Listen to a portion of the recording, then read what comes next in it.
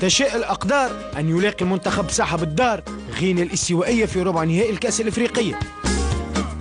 بكل نواميس كرة القدم نحن الأفضل. تاريخيا نسور قرطاج موجودة للمرة 17 في الكان الإفريقي، في حين أنه غينيا الاستوائية للمرة الثانية موجودة، وللمرة الثانية يسعفها شرف التنظيم باش تلعب في هالعرس الإفريقي.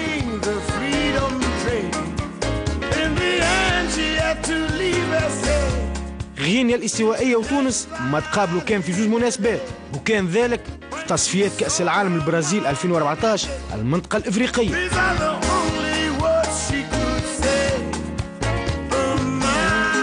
مباراة الذهاب في ملعب ملابو انتهت على نتيجة التعادل 1-1، وينسجل الغائب عن كان 2015 أسامة الدراجي هدف التعادل عن طريق ضربة جزاء.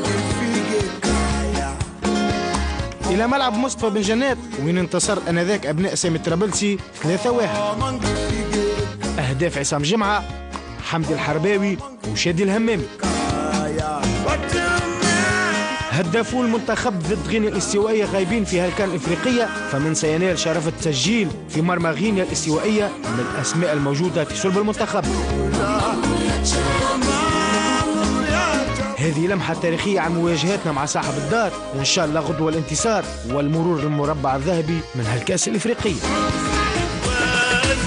حود عليكم بالخمسة تونس ولا في فرنسا يا توانسة في كل مكان جربتوا